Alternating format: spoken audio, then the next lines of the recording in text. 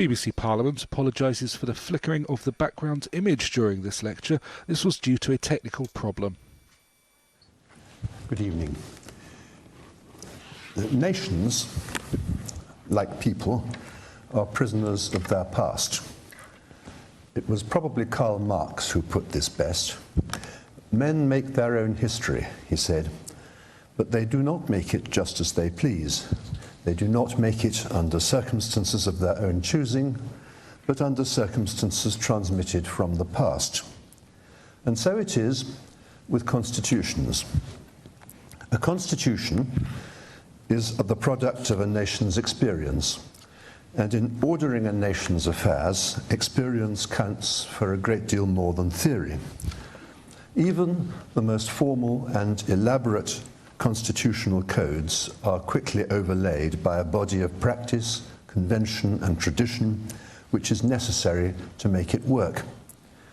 Nowhere is this truer than in Britain. Our constitution famously lacks any formal or elaborate code. It is an organic growth from our past, a reflection of our evolving political culture. It works because it goes with the grain of our past history and because it's adaptable enough to accommodate unforeseen future change. Its basic framework has survived for longer than any other national constitution in the world, and this is not, I think, an accident. If we were to decide to have a written, by which I mean a codified constitution, all bets would be off, and a lecture like this, which seeks to peer into the future, would be completely pointless. But I take it as my starting point that this country will not have a codified constitution for the foreseeable future.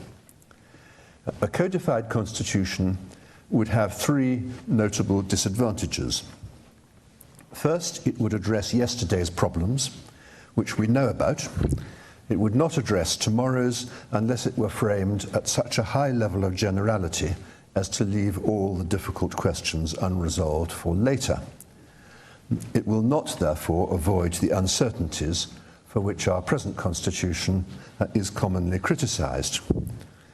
Secondly, if a constitution is going to define the limits of the powers of the various organs of the state, it has to be difficult to amend.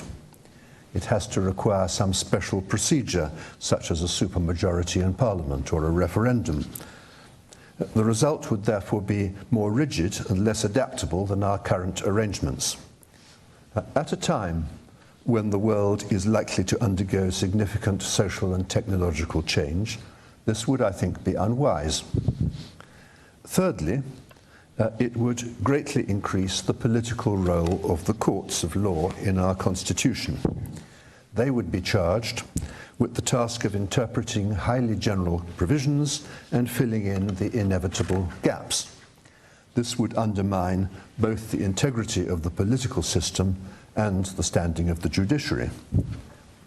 I do not detect in my fellow citizens any appetite for these things. The arguments in favour of them are purely theoretical and have little, if any, resonance among the population at large. The central feature of the British Constitution as it stands is the sovereignty of Parliament. It is the supreme legislative and political organ of the state. The government is not directly elected, as the chief executive is in presidential constitutions like those of, say, France or the United States. So in Britain, the government's sole source of legitimacy is the support of a majority of the House of Commons. Until the Supreme Court's decision in the prorogation case last year, this was thought to be purely a matter of convention. But what was striking, even before that decision was made, was how resilient the conventions proved to be in the face of a direct assault by the government, which did not command at the time a majority in the House of Commons. When the government of Mrs. May tried to abuse the procedures of the House of Commons in order to suppress discussion of any alternative to its withdrawal agreement from the EU, the House changed its rules so as to deprive the government of exclusive control of the agenda. when the government of Mr. Johnson tried to abuse its power to prorogue Parliament so as to suppress criticism of its own Brexit policy, Parliament responded by passing the so-called Benn Act, restricting its ability to go for a no-deal Brexit. Now, these were really very remarkable demonstrations of the strength of our Constitution's unwritten conventions. They also, I think, illustrated its ability to adapt to new challenges. But what about the challenges of the next decade? Not all of them can be foreseen, but some can, and I propose to address three of them this evening.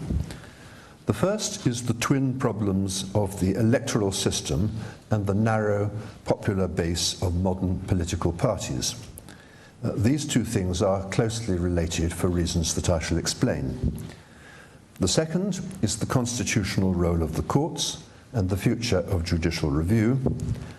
The third is the challenge of international lawmaking in a world where democracy is fundamentally national. Now, these aren't the only challenges that we will face over the next decade. In particular, I've omitted any mention of the challenge of Scottish nationalism because it will be the subject of another lecture in this series. But apart from that, the three that I've chosen seem likely to be the most important challenges. The government has committed itself to retaining the first past the post system in general elections. Nonetheless, I address the electoral system and the role of political parties first, because these two things are fundamental to the government's professed objective of restoring trust between the electorate and the professional politicians. Political parties have a critical function to play in a mass democracy. They mediate between the public and the state in their search for a slate of policies which can attract the widest range of support and maximize their electoral prospects. They operate in what I have previously called the political market. Their policies evolve in response to changing perceptions of what the electorate wants, and for these reasons, a party's policies are usually a compromise, not just a compromise between different wings of the same political party, but a compromise with the policy platforms of other parties whose clothes it may be electorally desirable to steal. And that's how the political market works. It is fundamental to the ability of a democracy to accommodate the broadest possible range of opinion and to enable us to live together in peace without the systematic application of force. The political market only works if the electorate has a real choice. If the parties only occupy the extremes, as they have tended to do in the past few years, the electorate's choices may be very limited. The current move to the extremes is mainly due to the small membership rolls of constituency associations, which can therefore very easily be taken over by politically dedicated groups, as indeed they have been in both major national parties. This move to the extremes has been assisted by changes in the organization of all parties, which have tended to shift power to constituency associations, notably in the choice of the leader. Constituency associations have immense power. They choose not just the party leader, but parliamentary candidates. Yet constituency associations are small and unrepresentative groupuscules. They are mainly made up of enthusiasts who feel strongly enough about their own political agenda to sacrifice much of their leisure in order to participate in them. And this necessarily distinguishes them from the rest of the electorate. There is no rational reason why the choices on offer to the electorate at large should be in the hands of these tiny groups. If the current disconnect between the public and the political class is going to be addressed, then that is where we have to start. Now you might ask, what has this got to do with the electoral system? And the answer is quite a lot. No party has achieved an absolute majority in the electorate for many years. Not even Margaret Thatcher or Tony Blair in their heyday succeeded in doing that.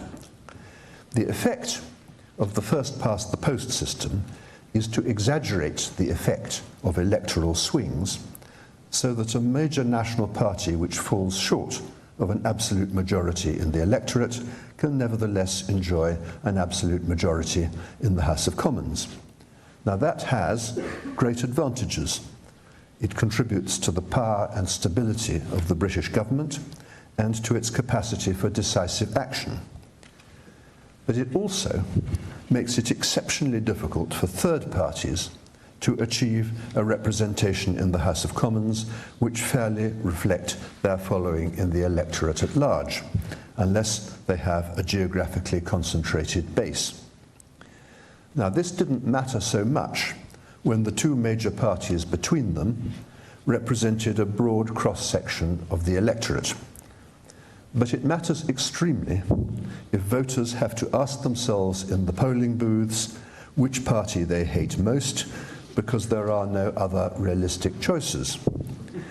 If parties are to be representative of a broad range of opinion, then they have to make policy compromises.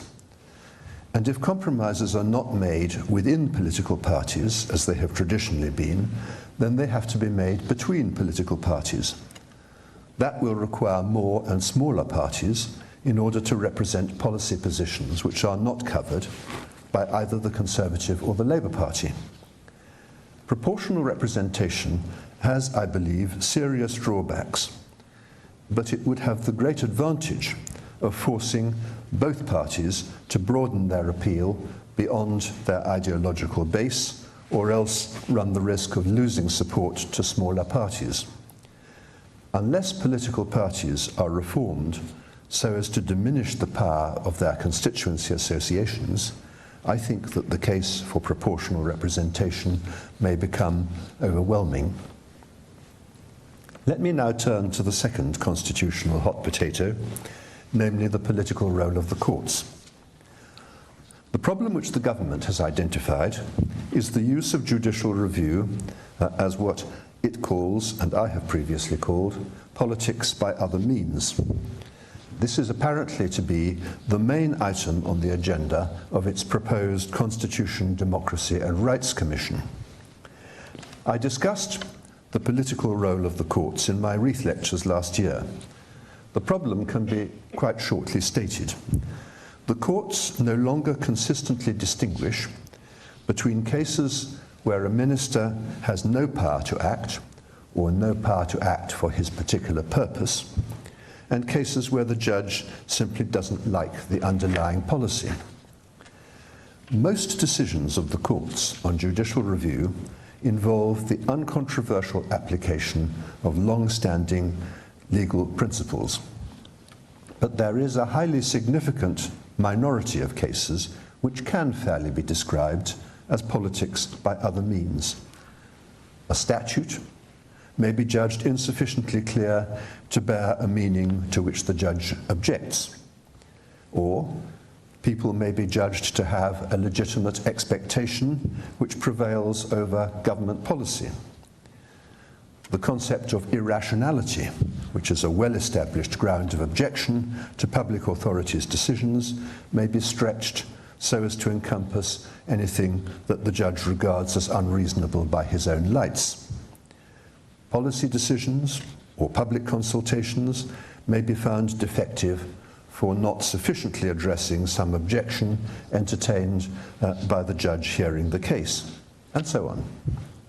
The problem is especially acute in highly sensitive areas such as immigration control and social benefits. Now, these developments are relatively new. They began in a small way in the 1960s. They have given rise to concern for many years among politicians of both major parties, as well as among academics, and in fact quite a few judges. Those who would defend the current situation generally do so in one of two ways. Either they redefine democracy as a system of values which they associate with judges and of which they happen to approve, or else they criticize representative democracy itself on the ground that it does not always achieve results that they regard as desirable. But we all have to face one basic reality. We are only a democracy because ministers are answerable for the formation and execution of policy to Parliament. Parliament may not always be as effective as it ought to be, but the House of Commons is the only institutional means by which the electorate can influence policy. This means that the appropriation by the courts of the right to decide where the public interest lies cuts across demarcation lines which are fundamental to the democratic state. Parliament is the proper forum for political opposition to the government. The courts are not. Their judges are not politically selected, and quite rightly not, nor are they accountable to the electorate for what they do. Now, dealing with the problem by legislation will not be straightforward. This is because the problem isn't the legal principles themselves, most of which are perfectly sound. The problem is the way in which judges have stretched orthodox legal doctrine so as to cover cases in which they simply disagree with the ministerial decision in question. Legislation requires definition, and questions of degree famously defy definition. The judiciary would be in a strong position to obstruct anything that seriously undermines the rule of law. But there is, I think, every prospect that judicial cooperation would be forthcoming if the measures proposed were reasonable and directed only to the more overtly political manifestations of judicial activism. For my part, I certainly hope that that will happen. The third challenge which I see coming is closely related. It is the growing impact on our lives of international treaties. Some treaties are dynamic sources of law, examples of the treaties constituting the European Union and the European Convention on Human Rights. Other treaties create an international framework for political decision-making. Examples are the treaties constituting the World Trade Organization, the North Atlantic Treaty Organization, and a number of treaties on climate change. The effect of these treaties in both categories is to transfer what were previously purely domestic functions and jurisdictions to supranational bodies, bodies which stand outside the constitutional framework of the United Kingdom.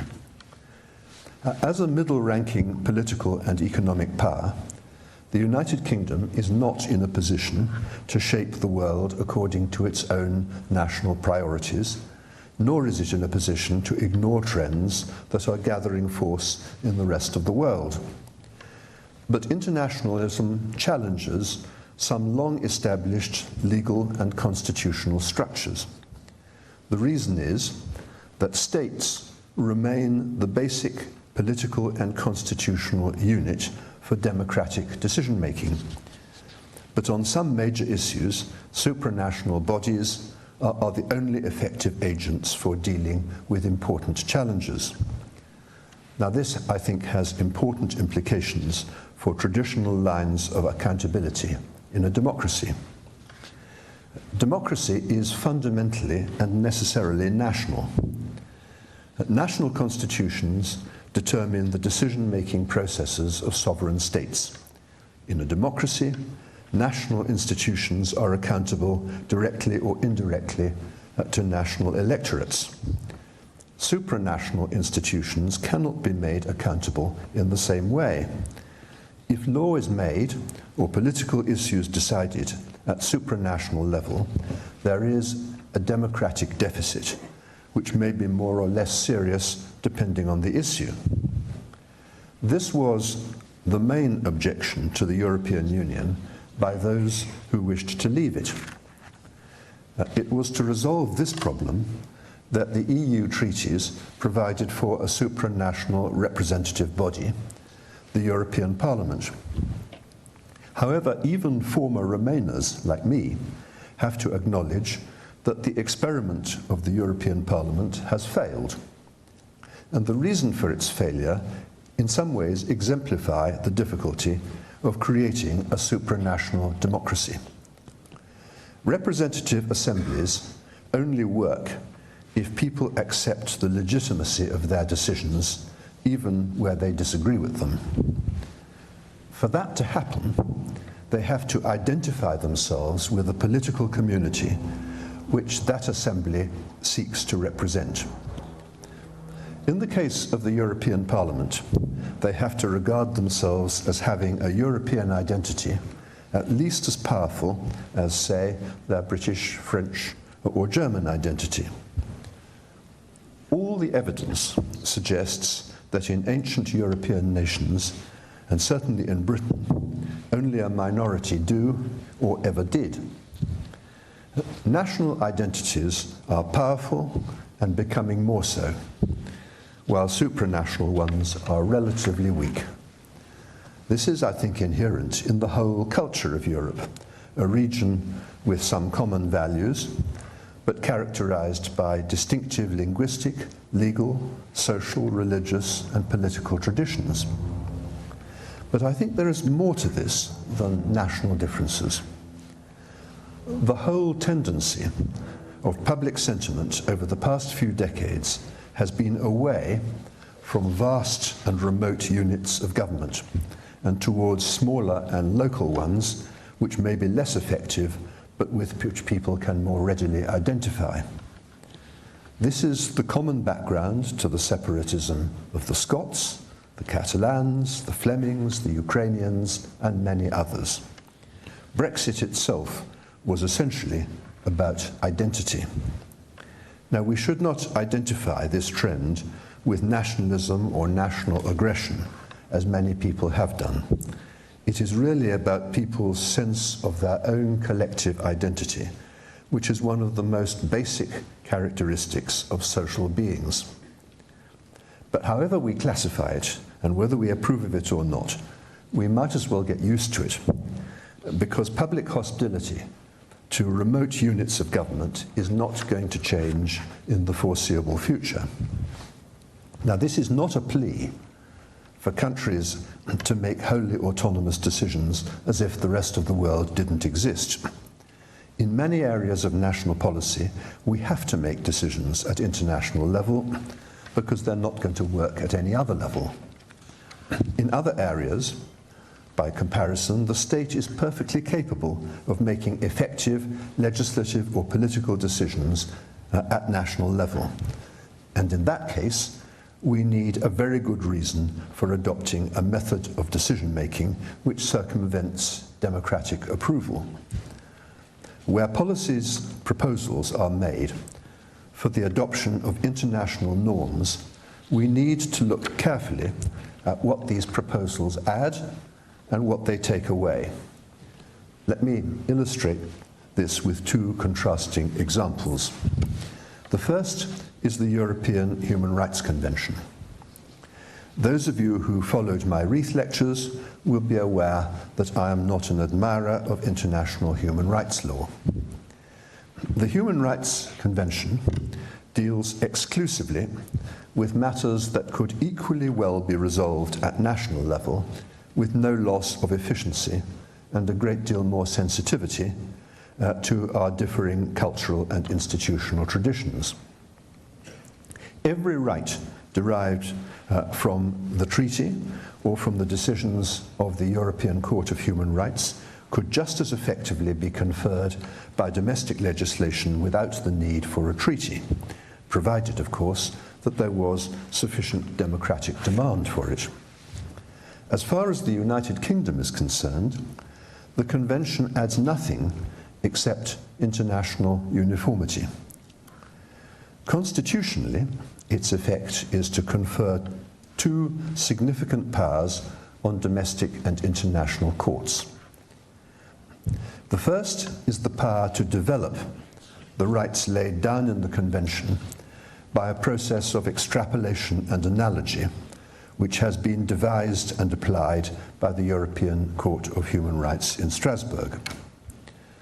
The second is to confer on judges, rather than elected politicians, the power to decide difficult questions of public policy about when a convention right should yield to some competing public interest, such as the prevention and detection of crime, public health, national security, and so on. It is obvious that this transfer of power has significant implications for the democratic character of our Constitution. The fact that Parliament has authorised this is not an answer. A democratic Parliament may authorise a new method of making legislative or political decisions, but it is still necessary for us to ask ourselves whether the new method is itself democratic. The proposed Constitution Commission will apparently consider, among other things, whether the Human Rights Act should be amended so as to reduce the impact of the Convention on national decisions about crime, security, and what the Conservative Manifesto called effective government. This has provoked much suspicion and criticism. I think that both the suspicion and criticism are premature. A great deal will depend on what they propose to replace it with. But in principle, it is very difficult to see why in a democracy members of Parliament should not be the ultimate judges of where the public interest lies. That is, after all, what they are elected for. At the other end of the spectrum, climate change is the paradigm case of an issue which is incapable of being dealt with at national level. National boundaries are meaningless in the face of a global problem of that order. In the long run, climate change is likely to become a growing source of international tension as countries club together to impose climate change policies on others who object or would prefer to free ride on the efforts of their neighbours. There is, however, an inevitable tension between the international character of the problem and national lines of democratic accountability. We are going to have to develop international structures for making collective decisions in a way that national electorates will regard as legitimate. One must hope that national electorates will feel a stronger sense of common identity in relation to climate change than they do in relation to, say, the common agricultural policy.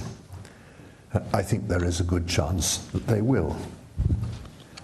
I want to end by making 2 points which apply to all proposals for constitutional reform.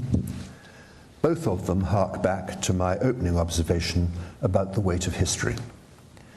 The first point is that we cannot afford to alter our constitution on a partisan basis. Constitutional change is not like other legislation. It determines the way in which we make the collective decisions for our society, and over the years those decisions will fall to be made by governments of different political complexions. The essential cement of any society is a common loyalty to a way of making decisions irrespective of whether we agree with the outcome. A partisan change which suited just one strand of opinion would not achieve that. Any constitutional process must therefore accommodate dissent, debate, and a diversity of values and opinions, including values and opinions which the government of the moment does not share. And these things are not just rules of political decency, they are actually fundamental to the survival of the democratic state. My second point is that in a society with established institutions, radical change cannot be achieved by a process of demolition and reconstruction. Overt hostility to other national institutions, such as the judiciary, the civil service, or the BBC, which are accused of obstruction, but in fact merely stand for a diversity of values and opinions, is often presented as a way of getting things done. In reality, it is a certain route to failure. It increases the resistance of powerful institutions which enjoy considerable public support. People tend to judge politicians by their tone at least as much as by their substance. Abuse, in general, is not a useful tool of policy, and shouting and snarling provokes unnecessary hostility among the electorate, which would ultimately doom the whole project. Thank you for listening to me.